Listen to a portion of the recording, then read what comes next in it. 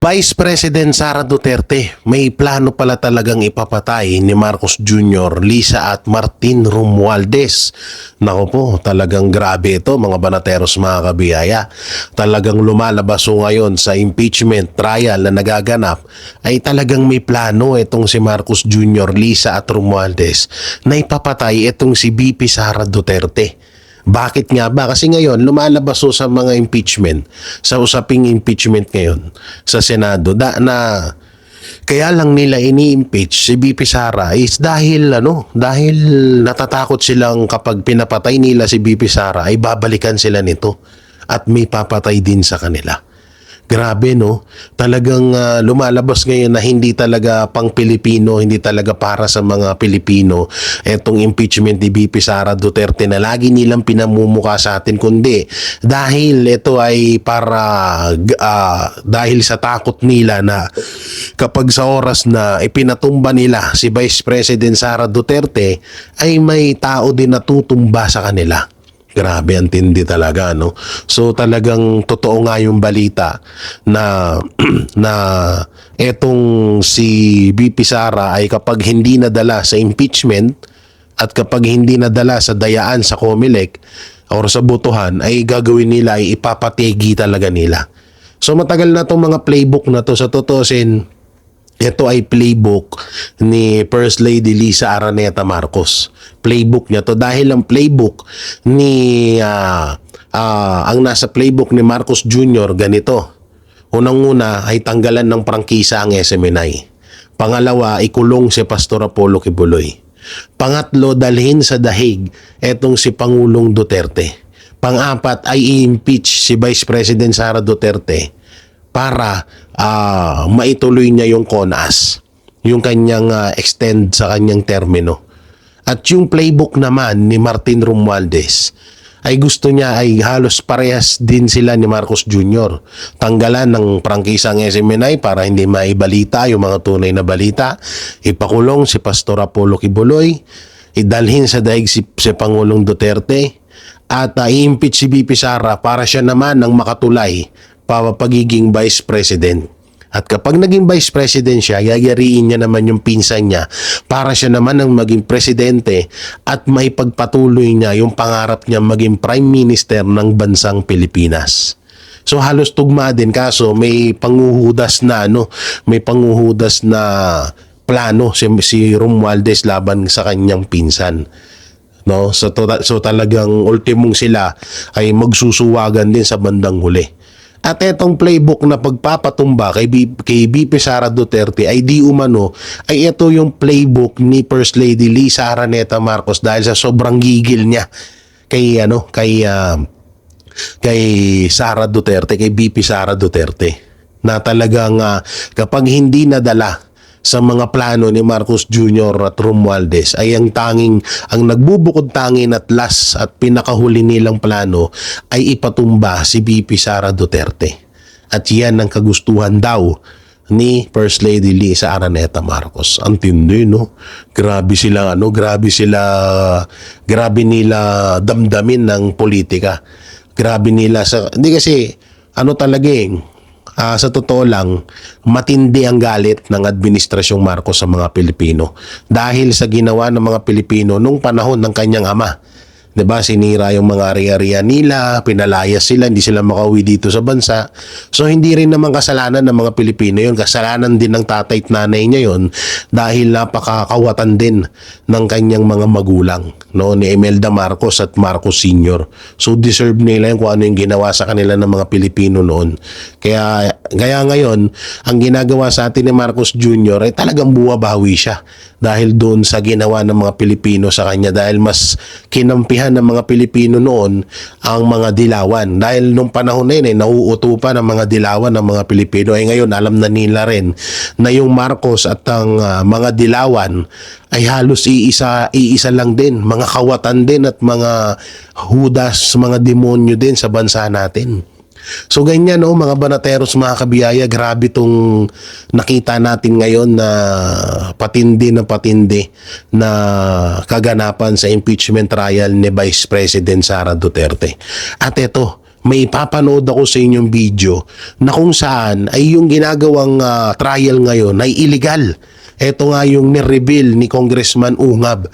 At ito, ipapanood ko po sa inyo yung video para lubos nyo pong maunawaan. At syempre, bago yan, don't forget to like, share, comment, and subscribe sa ating YouTube channel. Paipindot na lang din po yung bell button para lagi tayong updated sa ating mga video araw-araw. At pakipollow na rin po ang aking Facebook page na JG Banateros, ang aking second account na JG Banateros ulit, ang kanyang pangalan. TikTok account na JG Bara. At ang buong Banateros Brothers, especially to Banat by DCAR and SMNI News. So ito po, panoorin natin. Si Davao City Representative Isidro Sid Ungab sa gabing ito para po sa mga katanungan natin sa naging first day ng Senate impeachment trial. Kong, mayong gabi sir, si MJ Sadmar. Good evening, mayong gabi Admar o MJ. Magandang gabi sa lahat. Po, sir, maraming nag-comment doon sa inyo pong post sa Facebook nang meron po kayong mga assessment hinggil doon sa pagdadala ni Senate President Win Gatchalian doon po sa mga ni-raise na point of order kanina ng magkapatid na Cayetano. I think parang si Senator Alan lang yung nag-raise ng point of order. Anong masasabi mo doon, Kong? Yes, tama naman yung nag-raise ng point of order si Senator Alan Cayetano. And considering that he is an experienced senator, experienced congressman, matagal din nag-congressman yan.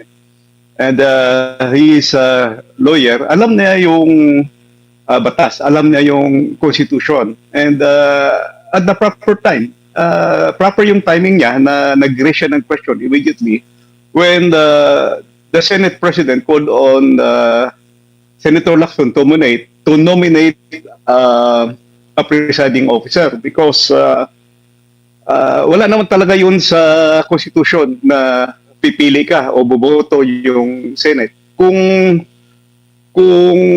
ang intention ng framers ay mag-vote o pipili sila ng mag-elect sila, dapat sinulat yun sa Constitution. Hindi naman nakasulat sa Constitution. So, Senator Cayetano was correct in raising the point of order. And when the point of order was raised, it should be given priority because that is an incidental motion.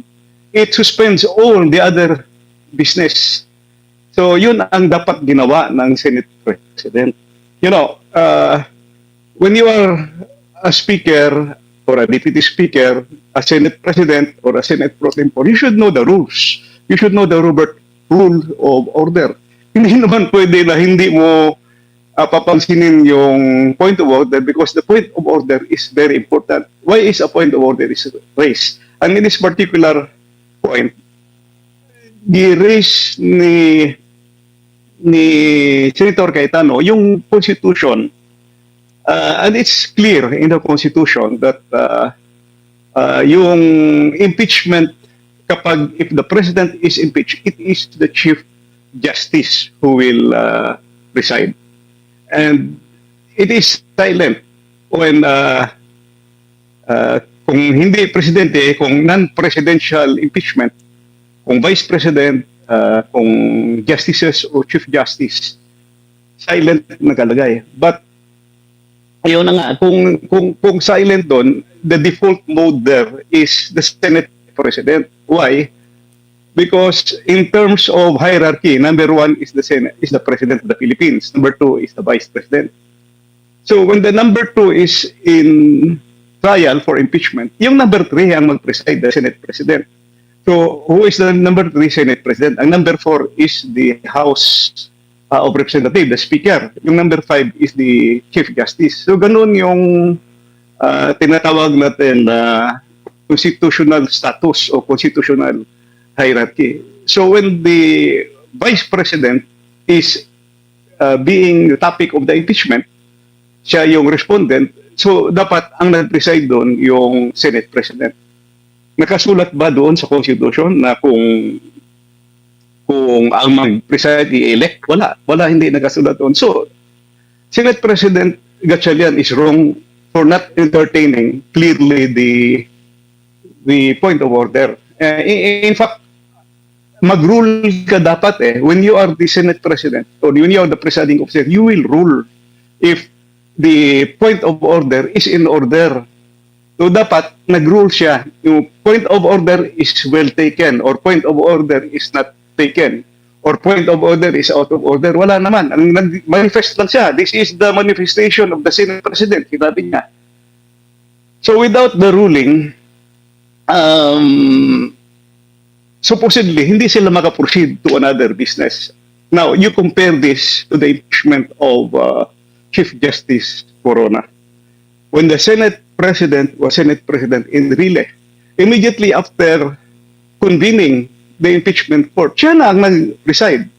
Questions on a point of order, questions on motion were all addressed by Senate President Enrile. In other words, the president of the Senate President sitting as the presiding officer was already established during the time of Senate President Enrile during the impeachment of Chief Justice Corona. Second, di ba nung nakaupo si Alan Cayetano as Senate President, although for a short time, nag-convene na yung impeachment court.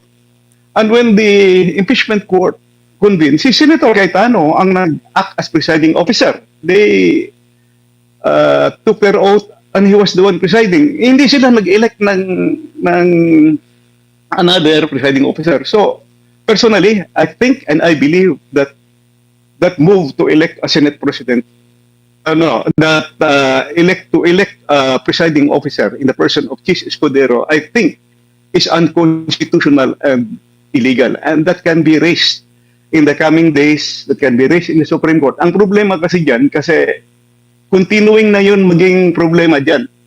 The rulings of the chair is very important. If you will notice, and if you will remember, it is still fresh in our memory. Senate President Enrile, who was presiding the impeachment of Chief Justice Corona, made several rulings, and he made a lot of opinions. He made written opinions, he made verbal opinions. So magaling si Senate President Enrile, and he was really able to preside properly, to handle the proceedings orderly and properly. It is the obligation, it is the statutory obligation of the Senate President to act as the presiding officer. And the revelation there was when both Senator Alan Cayetano and Senator Pia Cayetano presented the proceedings, the deliberations of the Constitutional Convention or Constitutional Commission that drafted the 1987 Constitution. There was a deliberation between Commissioner Christian Monsod and Commissioner Hilario Dovide, who became Chief Justice, and he was the one presiding during the impeachment of President Erap Estrada. It was clear and it was established there in the deliberation that ang sabi doon sa deliberation for the impeachment of the President, it is clear that the Chief Justice will preside. At hindi nakasulat nga. And it is assumed that, ito klaro sa records of the Constitutional Commission, that it is assumed that the Senate President will preside in all other impeachment other than the President. So, nakakatawa nga kanina kasi tama yung point ni Senator Pia Cayetano, baka pagtatawan tayo ng mga law students. I am not a lawyer pero nagbabasa naman ako ng law, no? Nagbabasa ako ng political law, nagbabasa ako ng constitutional law, and it is very clear that when yun na nga, napatawa ko kasi merong senador doon nagsabi, ano ba yun, sinulat ko, expressio unius es exclusio alterius. The express mention of one thing exclude all others. So, ang ibig sabihin nito, expressly written si Chief Justice ang mag-preside kapag presidente ang under impeachment. In other words, hindi siya pwede doon mag-preside sa iba. You cannot assume that you will elect. So, kung ang purpose ng Constitutional Commission o purpose ng Constitution is mag-elect, so dapat sinulat doon sa Constitution. It was not written there. So, what are the rules of statutory construction? Balikan mo yung framers ng Constitution, pag-aralan mo. So, there is a very big chance, that this will be brought to the Supreme Court for interpretation. And there is really a possibility that this will be questioned time and again. Because the rulings of the chair or rulings of the presiding officer is very, very important. So that's my point. I think tama yung point of order ni Senator Alan Cayetano. Ang mali, hindi i-rule yung point of order na diretso doon sa motion. So, the motion to elect kaagad without first determining if the point of order was proper or out of order. So, Apo, Kong, may question talaga. Opo, Kong, yung pong niraise po ninyo na in-skip na elementary rule ng Senate President sa parliamentary proceedings, ito po ay ina-apply sa City Council, sa Sangguniang Panlalawigan, itong mga ganitong ruling o ganitong mga procedures. Ganun, Kahit sa barangay. kahit sa barangay. Kahit sa barangay, yes. Ito ba yung magandang halimbawa, Kong? Lalo pat nanunood din, maraming mga konsehal, maraming mga sangguniang panlalawigan members, maraming mga barangay councilors ang nanunood po buong Pilipinas sa mga proceeding na ito. Yes, tama yun because the point of order nasa hierarchy of the yan, diretso yan. Sa Robert's Rule of Order, you have to immediately entertain that because a point of order is the violation of the rules, and in this case, it's a violation of the Constitution. Now, it was not ruled kanina by the Senate President. So, hindi klaro yung motion to elect.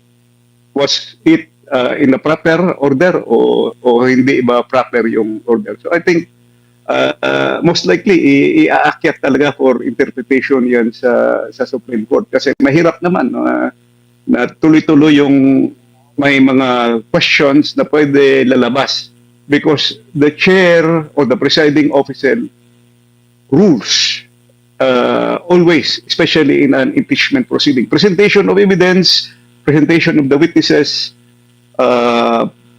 precedence of motions, may mga debate dyan. And the ruling of the presiding officer is very important. The presiding officer should be valid and in accordance with the rules and in the Constitution. Now, the question was, yung replacement, I think na-mention yun na pag-usapan dyan. The amendment to the rules was made last June 3, in which there were only 12 senators present. Question there, was there a proper quorum? Was the resolution to amend valid? So I think there is still a pending case in court there. Hindi naman lalagi correct after yung merong special session last June 17 ba yun? O basta second week of June, merong special session when they elected a new Senate President in the person of Senate President Win Gatchalian. Dapat di-correct nila doon yung I would say infirmity. Mali. So may malaki talagang question dito. Now, dumating tayo dito ngayon na maraming questions on the constitutionality. It also happened there in the House during the deliberations. Alam mo, itong impeachment do, ang daming infirmities. Sa committee hearing sa House, 55 members of the committee, we were more than 300 congressmen. Only the 55 members of the committee were allowed to ask questions, were allowed to interpolate or cross-examine the witnesses. Kaming mga hindi members, because kami, mga taga Davao, wala kaming membership sa committee. I would say I'm one of the most experienced congressman kasi magpang-anim na termino ko na to. Wala akong committee ba? Hindi man ako member sa isang committee. We were told that yung hindi nakapagtanong dito sa committee, doon na tayo sa plenary magtanong. Pagdating sa plenary, I was expecting na makapagtanong kami. We were only given 3 minutes to ask question. No extension. How can you deliberate, or how can you absorb properly? How can the member of Congress understand when you are only given 3 minutes to ask question? I have more than 100 pages of questions. 2 page lang yung naitanong ko because I was only given 3 minutes to ask questions. Itong isa pa. I wrote the Committee on Justice. I wrote the Secretary General. Humingi ako ng transcript of records of the proceedings of the committee. Nakailang committee hearings yun? 4 or 5 ba? Or 6. Kasi I wanted to see, because there was a big difference in the original articles of impeachment submitted by the complainants, and i-consolidate nila doon pagdating sa committee. And the consolidated version, iba na doon sa sinagot ni Vice President Sara Duterte. So, the theory, or for the sake of due process, kung binago mo yung complaint or articles of impeachment, kung binago mo yung facts doon, kasi may dinagdag sila ng mga witnesses doon, may dinagdag sila ng mga ebidensya, i-inform mo yung respondent. Because hindi naman pwede dalhin mo doon sa plenaryo na hindi niya alam yung mga dinagdag. So back to the point ko kanina, humingi ako ng copy ng transcript of records doon sa Committee on Justice at saka sa Secretary General. The letter was dated May 9, it was received May 11. Alam niyo kung anong petsa ko na-receive? May 25 or 26. Tapos na yung voting. Tapos na yung voting ng impeachment doon sa House plenary. And again, I was only given 3 minutes.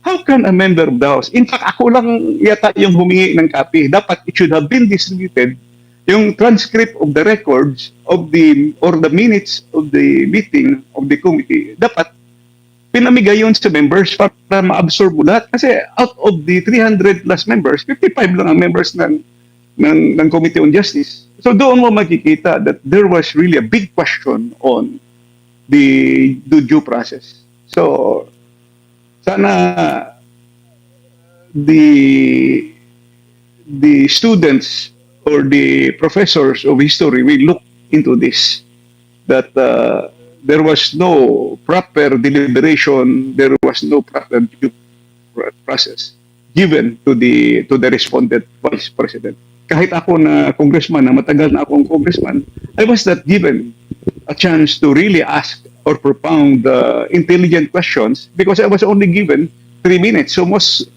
of those questions I asked were only procedural questions. Hindi na ako nakatanong ng substantive questions about the witnesses, about the testimonies, about the figures, the data presented by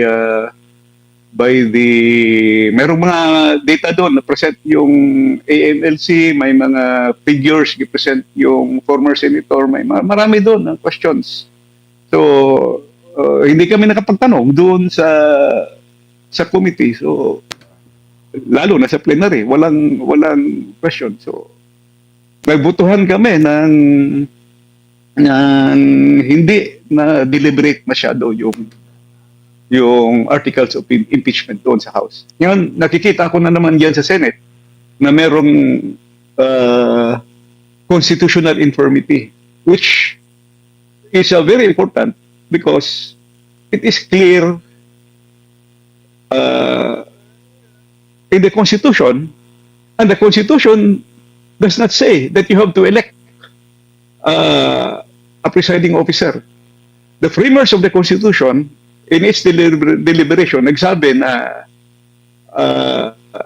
the Senate President, automatically, siya dapat ang mag-preside sa ibang mga impeachment maliban sa presidente ng Pilipinas. Because if the President of the Philippines is under impeachment, it will be the Chief Justice who will preside. So the default mode there, kahit hindi nakasulat, is the number 3 man in the hierarchy of the public officials. Number three is the Senate President.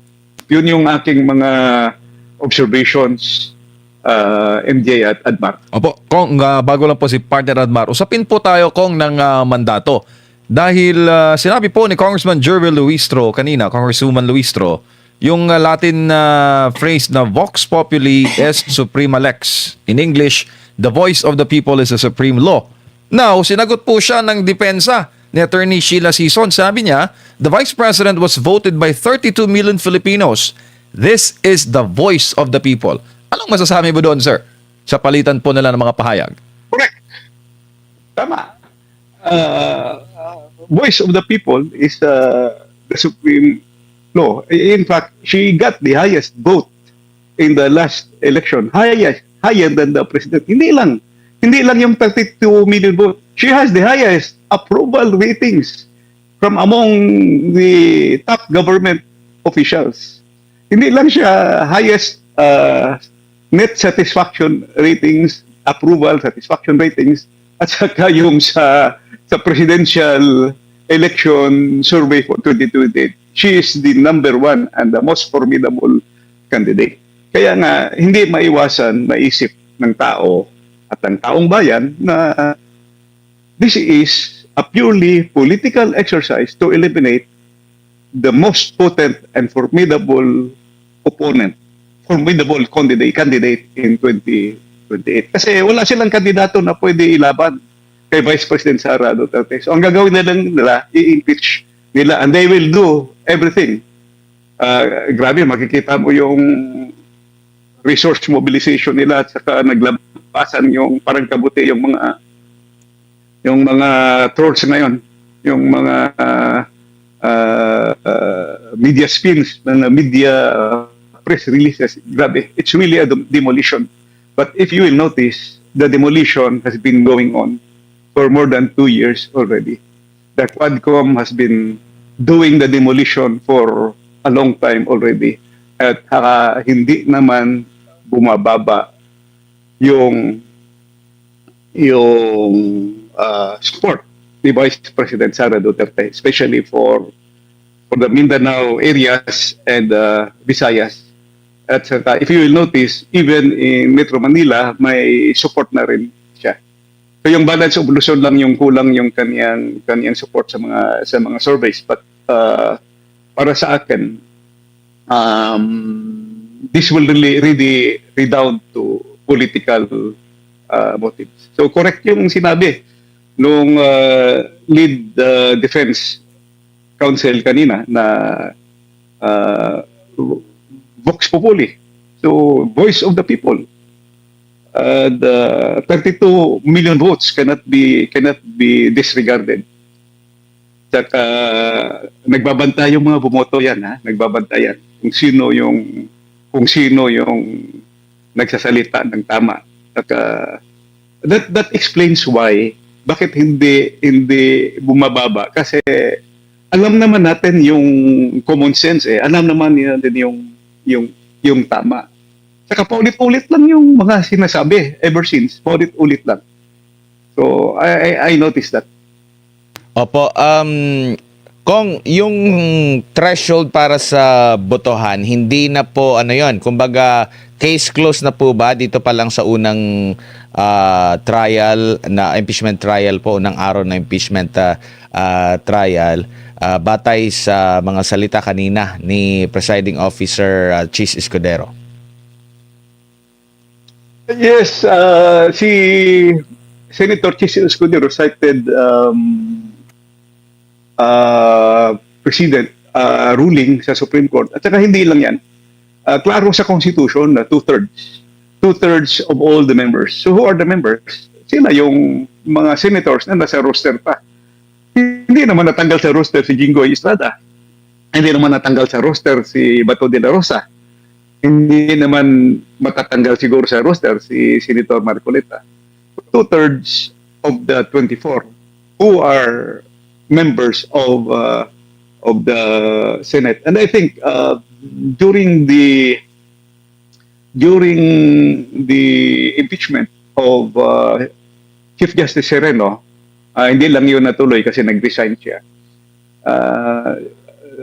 The very much learned, mautak na si Chief Justice Davide gave also his opinion na yung two-thirds, kahit wala na yung isang senador, supposedly 23, sabi niya two-thirds is still 16. So 16 votes is necessary to convict the vice president in this particular impeachment.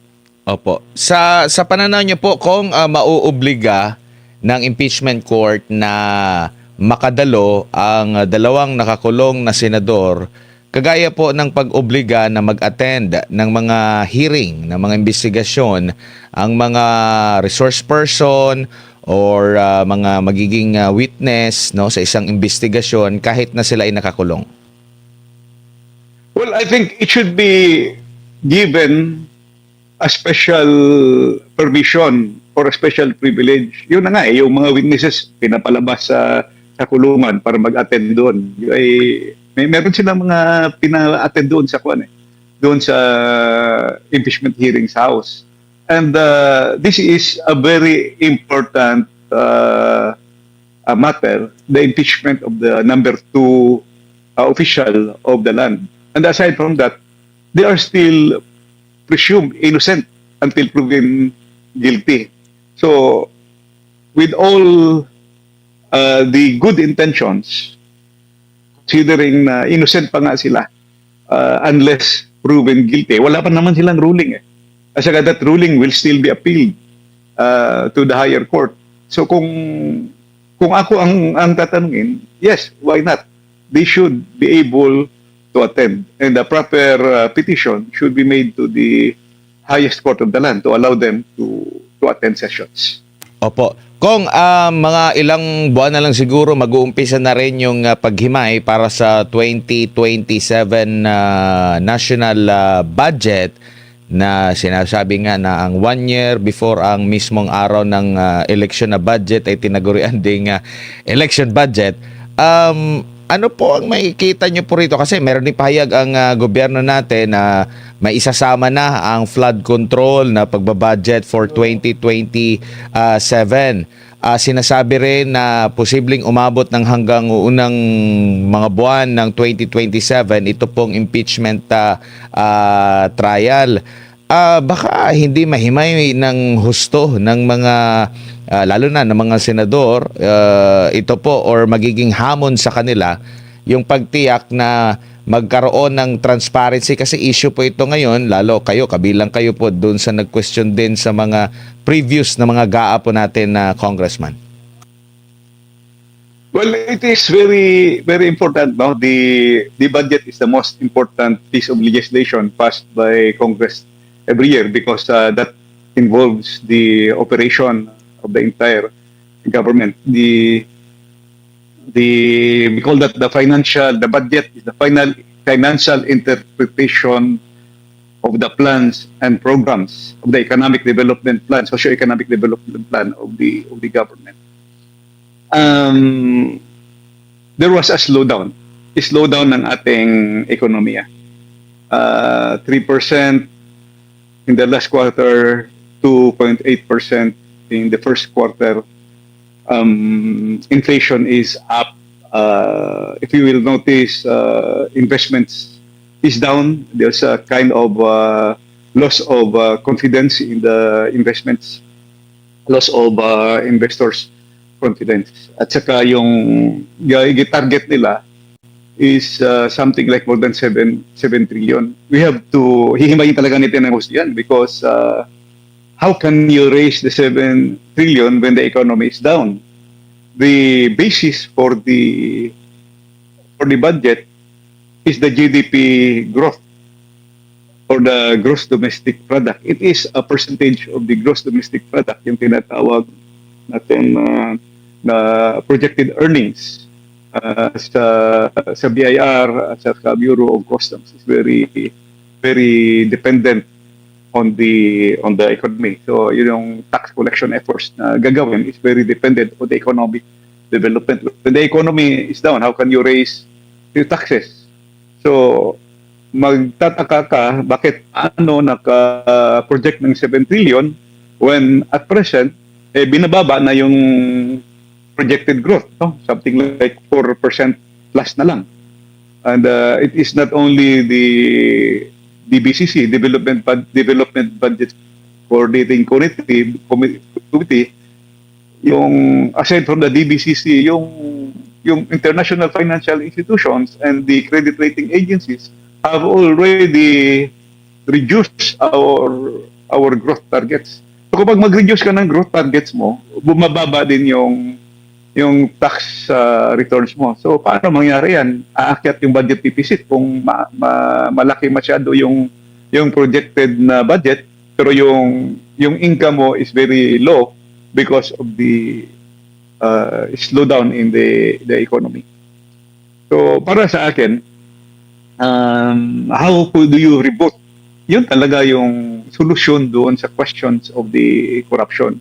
Hanggang walang big fish na makukulong diyan sa flood control anomalies na yan. Yung anomalya sa flood control. Naghahanap pa rin ng tao. Nauna pa yatang nakulong si Kong Marcoleta at saka si former Congressman Defensor. So kailangan natin yung honest to goodness, seryoso na pag-address sa corruption problem sa ating bansa. Congressman, dagang salamat sa imong oras ug higayon. Sa ulitin po, amping sa kanunay. Thank you, sir. Yes, daghang salamat po. Thank you for the time to express my views and opinions on the... I always respect the positions taken, even by the opposing counsel and even yung House. No? So I will not comment on that. Pero pagdating sa defense, we don't really kasi count win or losses per day. Lalong-lalo na, we're only on our first witness and on the second day. So I think it's for the defense lang, hindi ko po kinukontra si Congressman Adyong because that's their position. Pero for the defense, di namin yan binibilang na win or loss kasi masyado pang maaga, no, para magbilang ng ganyan para sa amin. Sir, please comment yung po dun sa School of Thought na kasi pwede mag-object na lang daw pag formal or evidence na kung mag state objection wherein they're examining parang intent them to disrupt from the comment. The general rule is for documents kasi the objection is made during the formal offer of the documents. But the defense feels it's really important for us to put matters on record, especially because, as you know, during our answer, we have raised issues, no? Kaya meron tayong motion for exclusion on certain documents na we feel kasi should not be considered dahil di naman siya naka-attach sa original complaint, while others naman hindi saklaw nung years kung saan impeachable officer ang ating vice presidente. So we are just putting matters on record. Attorney, what can you say doon sa manifestations ni Senator Risa na pinascribe off ng abogado? Well, sa akin naman po, the senator judges are entitled to raise their manifestation. So we leave it up to the presiding officer kung ano po yung tingin niya doon. Sa atin, I think, in fairness to Senator Judge Risa, she also clarified na she wasn't naman provoking any parang closing statement or summation. I think she just really wanted to know what the relevance was of all these video clips. So I want to be fair and more than that, I don't want to comment any further. Attorney, what's your reaction with the manifestation naman ni Attorney Roy Nakapunan that they're planning na maging witness si VP Sara for great threats? Though sinabi na kanina ni Senator Chis na hindi daw pwede kasi nakabase sa inyo. Pero positive ba na payagan ng depensa? Well, sa amin, we will comment when the motion is there. I think it's premature right now. Narinig naman natin yung mga pahayag. Narinig din naman natin, that's very clear under the Constitution, yung right against self-incrimination, na pag yung respondent mismo o yung akusado mismo ay hindi pwedeng i-compel, no? Na mag-testify against himself or herself. That's very clear under the Constitution. But of course, there's room to argue here and there. Abangan na lang natin. Siguro once the motion is in fact made by the prosecution, we will definitely submit our position on the matter.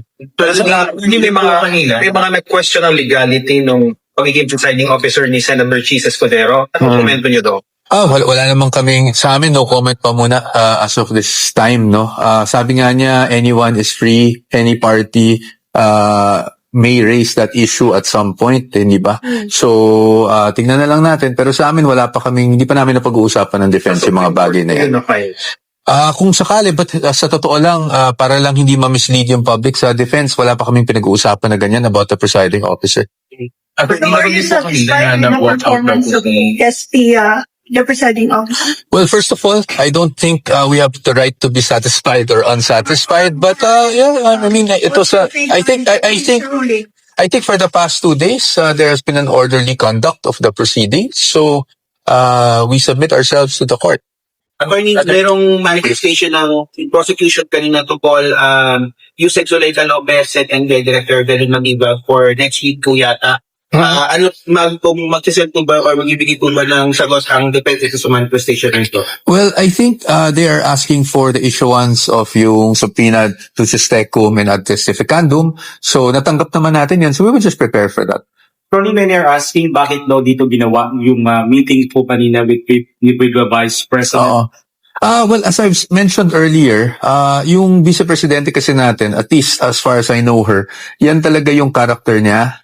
So, ayaw niyang nai-inconvenience kung sino man yung ka-meeting niya. So, even ako nun, she would ask me kung anong time ako pwede, saan ako pwede, saan convenient sa akin. Usually, she's the one who will adjust, no? Specifically for today, because alam naman niya na ongoing yung impeachment trial, and alam naman niya that the defense is here at least around lunchtime or so para sigurado hindi kami malilate sa 2 p.m. So, para sa kanya, mas convenient para sa defense na dito na lang ganapin yung aming pulong. So, kaya siya pumunta dito. Wala, we cannot because that's subject to attorney-client privilege. But are you intimidation or any kind of intimidation or intent po sa Senator Judges as well as the No, I think that's so far off. I think we're making something out of nothing. Intimidation, meaning the Vice President being here. No, parang I think we're creating, ma'am, I'm sorry, but I think that's really creating a story out of nothing. No, it was a meeting. I don't think the Vice President coming here would intimidate anyone, hindi ba? Oh. Attorney, kanina po may napanggit na walk out po si Attorney. Hindi po totoo yun. Talaga pong kailangan lang niyang mag-toilet break, no? Kahit naman ako kanina 2 beses ako or 3 beses pa nga yata ako lumabas. So, she was really on her way out. Tapos nung nasabing nag-walk out siya, narinig yata niya, so bumalik siya, sinabi niya na no, I'm still here, I just need to go to the toilet. Pero may mga moments po kanina na habang nagsasalita po yung prosecutor downstairs. Parang nagre-react po yung defense. Normal po bang nangyayari? Well, yeah, because sometimes, but siyempre, we used to all try to compose ourselves and try to make, not to react so much. But hindi naman, kasi we're a team, diba? So we all, even if someone's the one that's anchoring for the day, merong nakatayo dun sa podium ba yung tawag dun, no? Para sa atin, or rostrum, kami naman, we're a team. So as you can see, we help each other, we pass notes, ganyan, to help each other out. So, hindi naman, normal lang naman po siya. Without going to the merits, Attorney, may we seek clarification from the defense. What's the wisdom behind insisting to play the 2-hour press conference earlier instead of going with the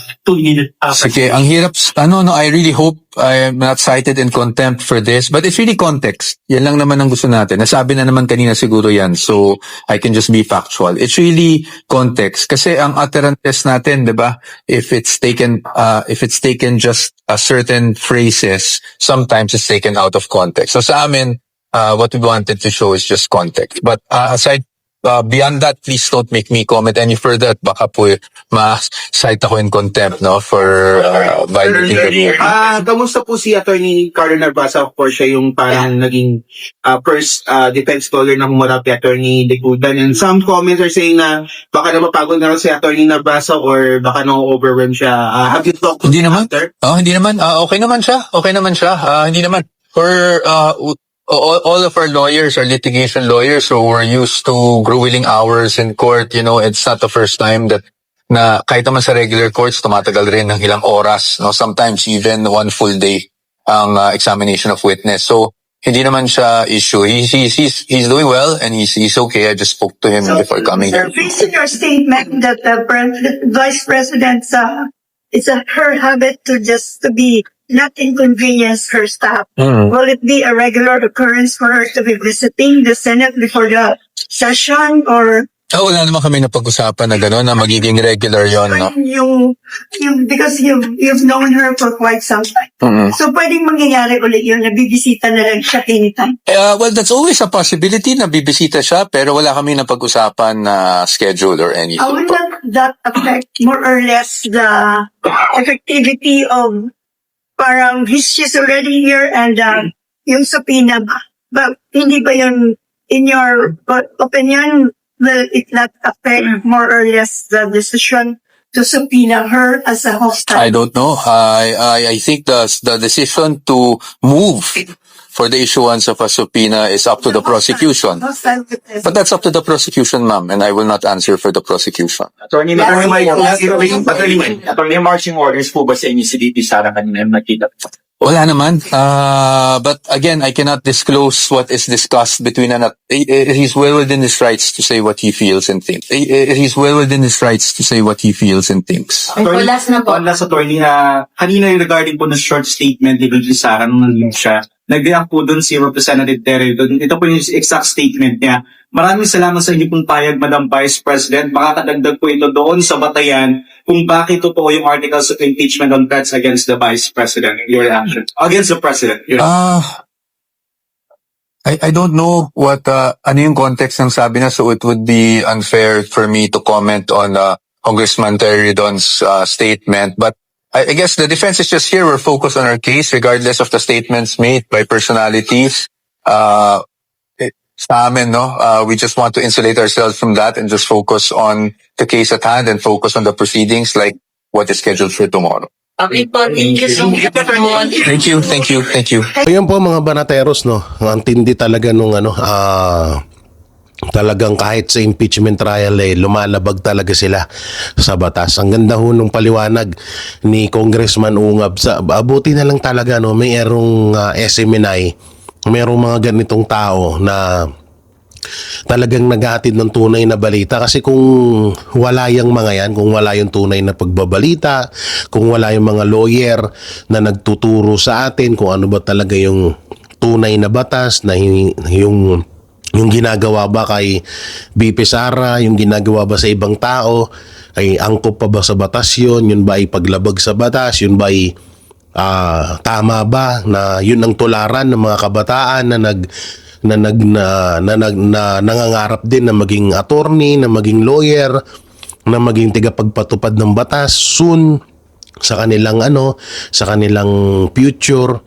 So napakaganda ho nitong mga ganitong tao na talagang tinuturuan tayo na para malaman natin kung tama pa ba yung ginagawa ng mga kilalang personalidad, lalo na yung mga politikong nakikita natin ngayon na talagang lumalabag na sa batas. Sobra-sobra na kabastusan na sa konstitusyon ng kanilang ginagawa, katulad na lang nung ine-explain ni Congressman Ungab. So buti na lang talaga may mga ganyang video at buti na lang ay napapanood natin, dahil kung hindi baka nananatili pa rin tayong naniniwala sa pakulo ng ibang mga politiko. So yung mga banateros, ano pong may kukomento nyo ho dito sa mga napag-usapan natin? Comment nyo lang po dyan sa baba. At syempre, don't forget to like, share, comment, and subscribe sa ating YouTube channel. Paipindot na lang din po yung bell button para lagi kayong updated sa ating mga video araw-araw. So mega love shoutout sa lahat ng OFW, Hero Abroad, saan mang panig ng mundo. Ingat po kayo palagi dyan. Mabuhay po kayo. At sa ating mga mahal na senior citizen at sa lahat ng patuloy na sumusubaybay sa Banateros Brothers, SMNI at sa pamilyang Duterte. So yun, maraming salamat. Ingat kayo palagi. God bless and peace, and bye-bye. Walang inuurungan. Pag tama palakpakan, pag mali ay babanatan. Yan ang Banateros, boses ng ordinaryong Pilipino. Banateros ay walang makakaawan. Walang inuurungan. Banateros.